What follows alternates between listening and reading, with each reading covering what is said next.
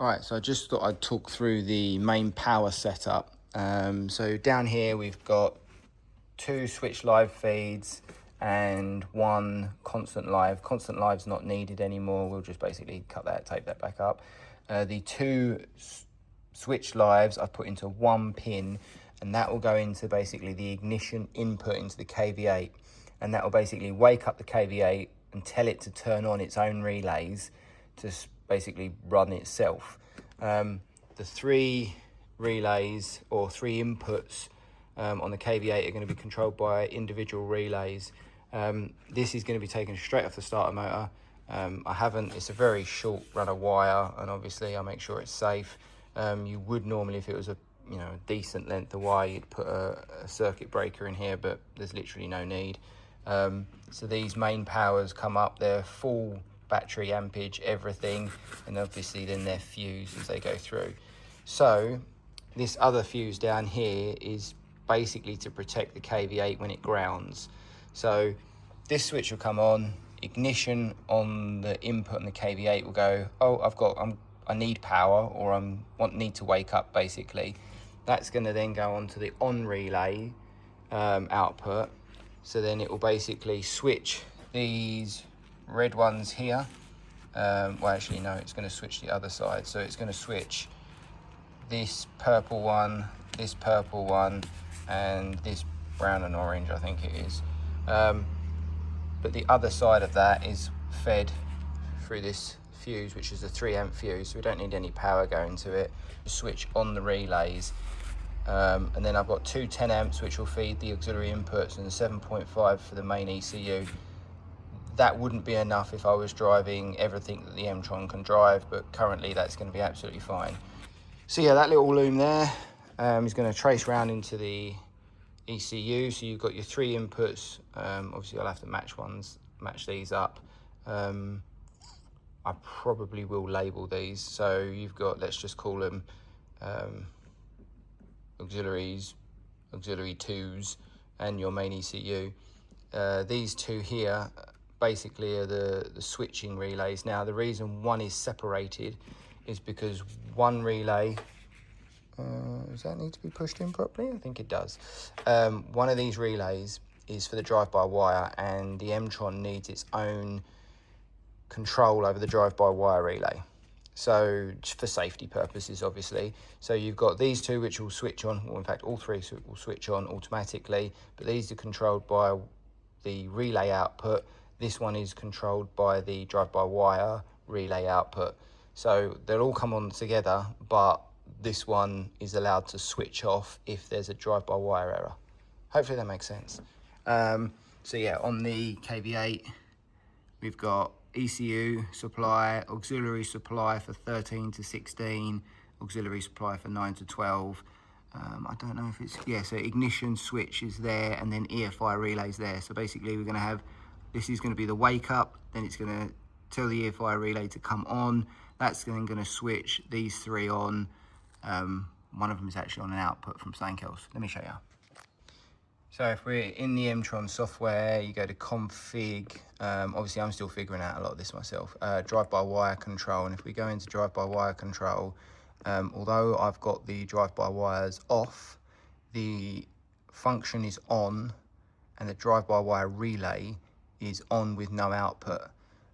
So we do want that. We want it on with, oh gosh, internal EFI relay control. There you go. Yeah, that should work. Yeah, low side. I can test it once we're on, but that should work. Internal EFI relay control. Yeah, so that will just come on with the EFI relay basically at this point. It's just to proof me for later. All right, that's all done, ready to go on the ECU. I've just labelled them up, just standard, I think it's 6mm heat shrink coming out of that bad boy with clear over the top. Right, so I've basically gone all through the wiring loom now. So this is basically original loom into the KV8, obviously not many pins. We've got the jumper set up, which works fine. I do need to reduce the fuse that I've put in here. I've put a 3 amp fuse, wherever the hell it is, oh, 2 amp fuse right down in there. That's for the ignition switch. I can down that to a 1 amp if I can find one. All the wiring is now done, so this just roughly, I'm not going to cut the other wiring off, I'm just going to roll it back, zip tie it up, leave it there just in case the fuel pump is controlled by the ECU, even though it spins on without the ECU. I don't know whether it waits for an RPM signal or something, and there is a RPM out to the dash, so maybe I'm going to need to RPM out from the KV8 if I can. But yeah, so basically it's all roughly done. I've got to tidy up these two, so these are your sensor grounds and 5 volt. I need to put them into one wire, and then they'll basically take up 1 pin on the KV8. I was going to make like a little jump loom with loads of wires coming off of it, but there's no point. I'll use the other pin to run everything else that I'm going to add later on. So there's only 2 pins for power outs, but obviously they could realistically power, I don't know, like 20 sensors each or something. So yeah, that's basically it. So I'm going to tidy up that bit and install the relay setup, and hopefully we'll be able to get some sort of life into this ECU. All right, so enough wiring is done that I should be able to start it once I get the KV8 in. I just want to take off the rocker cover, obviously not come off in 10 years. And fortunately, she mint. So there's no rust on any of the cams. Literally nothing to say that it's even not been running 10 years. There's still oil residue on top. I mean, honestly, it doesn't look that bad at all. But what I've rigged up is basically, I want to prime the whole thing completely. So I've rigged up an oil pump going back into that turbo feed that I showed you earlier. And I'm going to put the fill in there and pump this up basically and pressurize the whole block and wait for it to come out of the top somewhere. And I'll probably empty this a few times into it. Basically, I just drain some oil out the sump. Needs an oil change obviously anyway, but I know there's some things that I've done that aren't quite, you know, as you should do, and the wiring's a mess and stuff, but I just want to make sure it runs before I spend any time building a loom. Obviously, the triggers coming in from the distributor, they need to be shielded for the Emtron. It really needs new sensors, do you know what I mean? I mean, the only one I'm going to keep is probably TPS. Map sensors going, temperature sensors going. Oh, I'll keep the coolant as well if I can get the, what's his name? Actually, no, I won't, because I'll see if I can adapt it to a dual sensor, the Bosch's. So yeah, but super happy. Cam belt doesn't look cracked anywhere either, which is good. I mean, it was a new cam belt, I mean, albeit that many years ago. And I imagine it's the exact shape it's sitting in currently is probably the exact shape it is if you take it off, because it's just sat there for 10 years. It's gained some memory, but let's run up the pump, see what happens. All right, so I've got the pump set up. It's going to scream just while I put this jump pack on it until I turn it on. Oh, there we go. Sort of sucked it down fast to start with. So we'll see. It's going somewhere. It's not going into the turbo, so it is going down.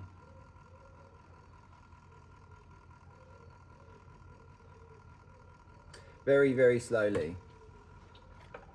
Obviously it's trying to push it through a 1/8 MPT fitting. Oh, there we go. Coming out the cams. We'll just keep running it.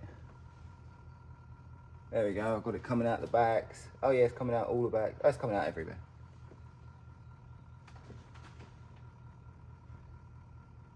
That's interesting, it's barely taking anything. I'm just gonna keep pumping it. In fact, what I might do is actually rotate the engine over. Just gonna turn it off a second.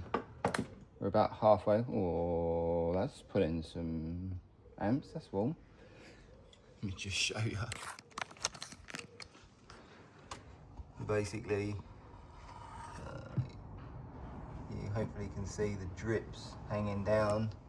So it is going everywhere. Hopefully it's on the bottom half as well, because I'm pumping it out of the where the oil pressure sensor would normally go, so it's having to pump the opposite way into the crank, but hopefully she is. Anyway, let's get her started back up and I'll get the crank pulley turning if I can. Right.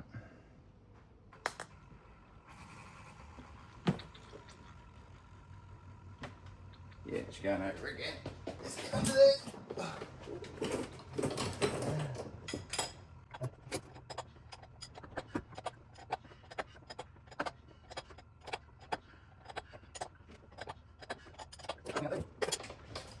I think I've got it over at least a turn. Everything looks covered, so yeah, spot on. Right, so that's taken a full 2 litres of fuel, oil, well, nearly, maybe a few 100 ml less. So all good, turns over nicely, to be fair. Like, it literally just turns over perfectly. I have turned the engine over a couple of years ago because I did put some oil down the board. As soon as I touched it a couple of years ago, it literally just rotated freely as anything. So I knew it rotated, it's just, yeah, I didn't know if the cams were rusty, but they look mint, everything looks mint, so happy days. All right, getting a little closer to starting her up, and major fuel leak. Yeah, well, you can see it dripping, but yeah, so basically this pipe behind here has now failed. So for whatever reason, we're gonna make a new line up, AN6, it's only a short line. I'll make it longer than this though, because it's a bit tight. But yeah, major leak from the back side of here. So hopefully none of the rest of them, but begs the question, do we just make new lines anyway? I think we probably do, because it's only 2. Right, so I've got the Emtron all plugged in, and we're ready to test some outputs. Replace those 2 fuel lines, so that's done now. This gauge, I ran up the fuel pump, and this gauge was reading like 2 bar, and the other one was reading, well, it sounded like it was struggling, not struggling, but like pushing the pump a little bit. And I was like, 2 bar. And then when I wound it to 3 bar, I was like, nah, that sounds like it's really struggling. So I put this Cytec one on that we know it's a good working one. This is just a Chinese one I ripped off of a brand new Chinese fuel pressure regulator that we just had in the shop. It was for a test on a bike. But yeah, it was reading like 4.5 bar. Oh, I've taken this off. Someone actually made the suggestion of, why don't you take that off and make sure there's no water in the bottom? And I was like, that is a good idea, because although there's corrosion around the outside, who knows what it's like inside, but it's dry as a bone, fortunately. The throttle body is actually a 60mm, and I think it's, you hear that, I think there's been, well, it has been lathed out. So, you know, not any good for this, but, you know, I suppose if someone wants to swap for a direct swap for a standard one, I'll take that, because that's really thin. It's all right for an NA car if you're trying to scream some power out of it, but not for me if we can get a stock one. So I should be able to just test. It's on for 2 milliseconds. If I just turn that to 1, and I'll just check that that is number 1.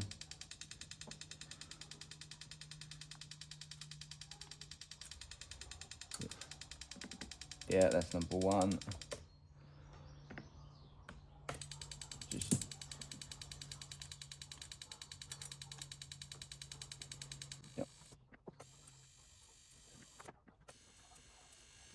yeah, so that works fine. So I don't think we're going to be able to do an ignition test. I'll try it and we'll see. I'll put some plugs in because of the rotor phasing. Obviously, if it's nowhere near a point of like connection, it's not going to fire a plug. All right, so I've just thrown 3 used old spark plugs in this thing. The coil saturation is actually set to 3 milliseconds at the minute. Maybe I will put the oscilloscope on it to check. Let's just see if it works. So it's only, because it's a distributor, it's only got 1 ignition output, and like I say, the rotor phasing is what actually, it just, that the coil outputs 4 spark events, and the phasing hopefully should be in the right place. Let's just test it. I'm just going to get my hands ready just in case something goes wrong.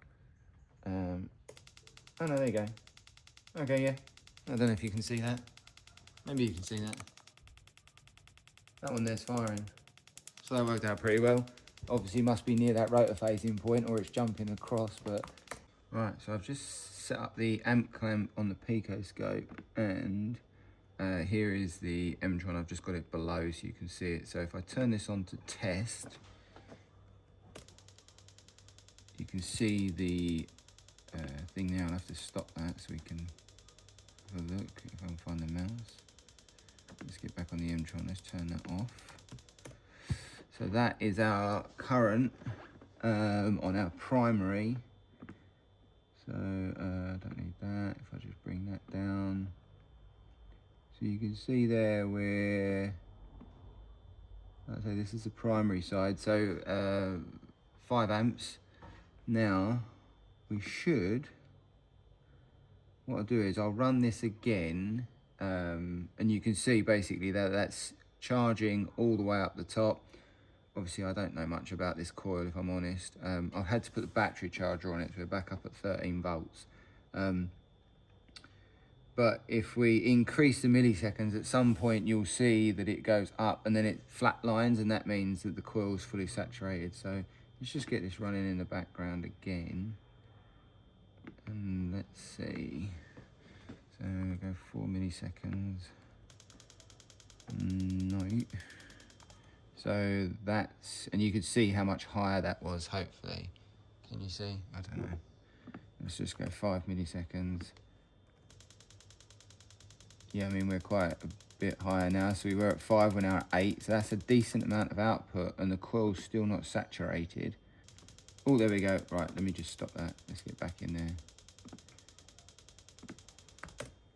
All right, so there you can see that it actually peaks at 8 milliamps. So we're at 13 volts, and the actual it's probably better at 4, but you can see there it peaks at whatever number that is, 8.2 amps. But the difference between 8.2 and 8 amps, there you go, you can just see it to nose over. So actually 5 milliseconds is the correct amount of time that we should be dwelling this for. Emtron, can we stop this? We're at 13 volts and we can get 5 milliseconds. Potentially, if I take that charger off and we drop the voltage, let me just turn that off. We're now decreasing to 12. We'll just let that stabilize that voltage because we are dropping. So yeah, 6 only just gets you there. So actually at 11 or just under, so let's say 12 volts. So 12 volts, it's actually 6.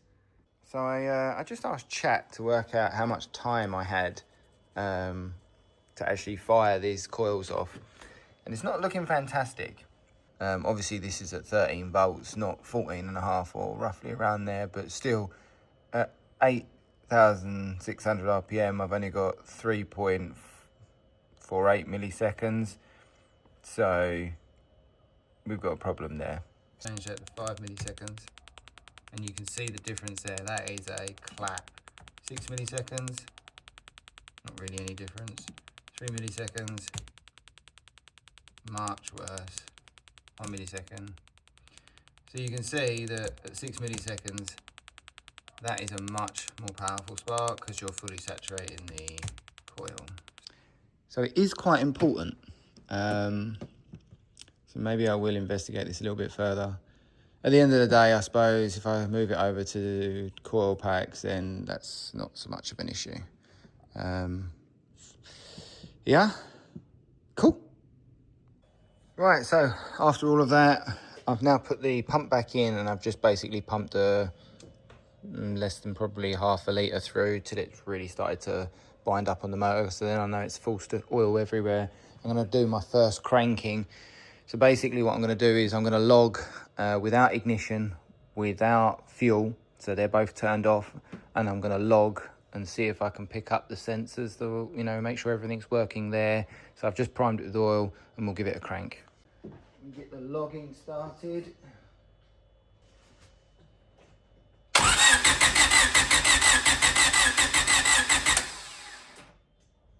Right, so there we are. First crank. I'm just going to check these logs, see if I can work out what's going on, see if we've got any sync or anything like that. All right, so I cranked it there, and there was an issue that I picked up on straight away because I did a log and I also did a scope at the same time, and you can see that they're both VR sensors. This yellow one basically is going to look like that because it's such a high tooth count on the cam trigger. So we're not going to get a proper signal out of that at all. They're both set to falling. They're both VR sensors, but you can see the single, which is TDC, or I don't know what they call it, but basically this tells number one, obviously. And you can see that that is actually inverted. So I've checked the wiring. The wiring is correct. Dawned on me though, after checking the wiring, and I was like, and I pinned it out on the coil pack, the engine runs backwards. So 100% they are going to have done that inside the Honda ECU with some reverse logic or something like that. So yeah, instead of being, obviously VRs are normally set to falling, I could have switched it to a rising edge versus a falling edge, but I've actually just swapped the wires around. But yeah, basically, obviously it slowly drops and then instantly falls as it goes past the trigger. So I'll just quickly change them over and I'll show you the new log with the polarities switched. This is wired, not, if I can, see if we can jump through. Ooh, and there you go. So I've switched both of them round. Basically creeps up as the center line comes through now, and then the instantaneous fall from the other side is where it triggers. So we're still picking up the synchronization errors, and I had this to start with as well. But that's probably because that signal is pretty terrible. If I go to logging though, you can see, in fact, you can see the compression cycles as the RPM picks up and drops down. So yeah, it's quite impressive. And then we are actually, syncing position is 60%, which is really quite high. Well, I say quite high. It's a pretty decent number, but we are having a number of errors, but that's, like I say, it's probably due to that crank trigger input with the 24 tooth, where it's not obviously got enough power to run through it. Once it cranks and starts, I'd imagine that it'll be all right. So I think we're basically ready to crank her now. I have pumped most of that oil through. Take this oil pump back off because we don't want that if it actually starts. And then basically just try and kick her over. There is oil in the board, so I expect it to smoke pretty profusely. So I'm not going to run it for long. I just want to make sure it starts initially off the cuff. But everything seems all right so far. All right, so we're going to get the fuel pump on. It's going to kill the battery because it's not on the ECU. But we're going to get the fuel pump on. We're going to get some fuel pressure into it and hopefully crank it and try and start it. The triggering should be good.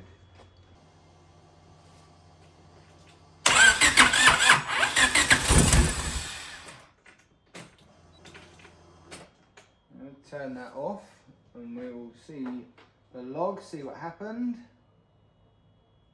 So everything seems okay, but obviously where this has had oil and oil thrown down the bores and it's got old shitty plugs in it, which I don't really want to put new plugs in it to then ruin them with the oil that's in there. I'm not sure it's wanting to fire because of that. I tried more fuel, less fuel, just cranked it to see what was going on. They didn't really want to have any of it. I'm going to pull the plugs and just have a quick look. So I just pulled these out. Let me go and zoom in. You can see they're a little bit wet.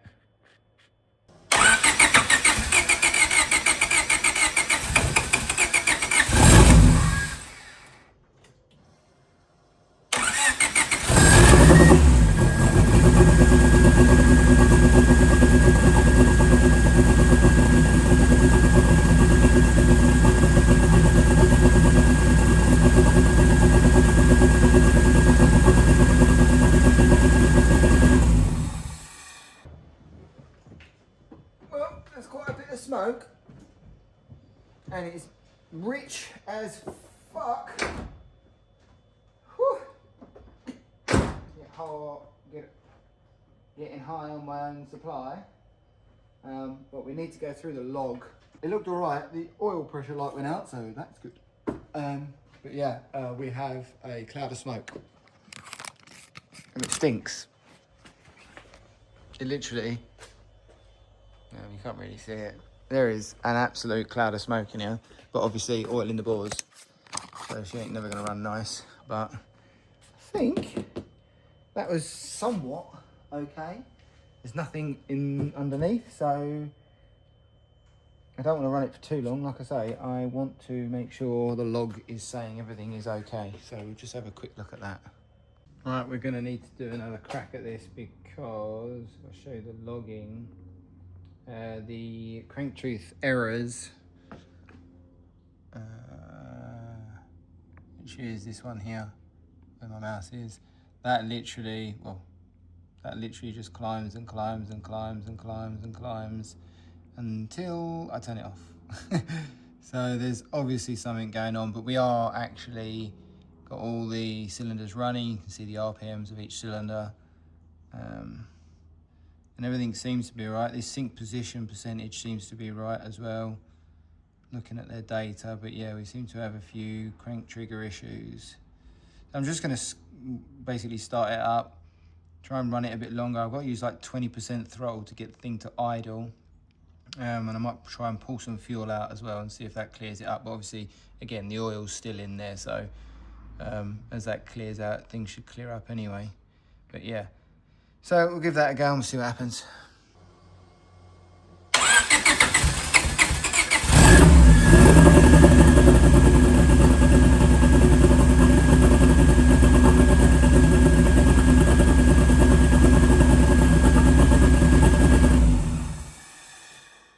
Well, she runs. I'm still having trigger issues. There's nothing underneath, so it doesn't look like anything's leaking. Oh yes, there is a leak. There is some kind of leak. So we need to have a look at that, see what that leak is. Cool. Maybe it's an oil pipe. Hopefully it's not an oil like seal. Let's have a look. So coolant is coming out of that hole down there on the water pump. So that isn't great, but obviously I'm going to put a belt on it anyway. So might as well do a water pump at the same time. That's not that much of an issue. Log-wise, we are having no real issues with it running. Just got triggers, so we've just got a million triggers and they don't stop. They never stop climbing. I've messed around with the arming thresholds and stuff. It doesn't seem to have made too much of a difference. So yeah, synced, no problem. Crank signal, yes. Sync signal, yes. Sync synced. It's just these crank tooth counts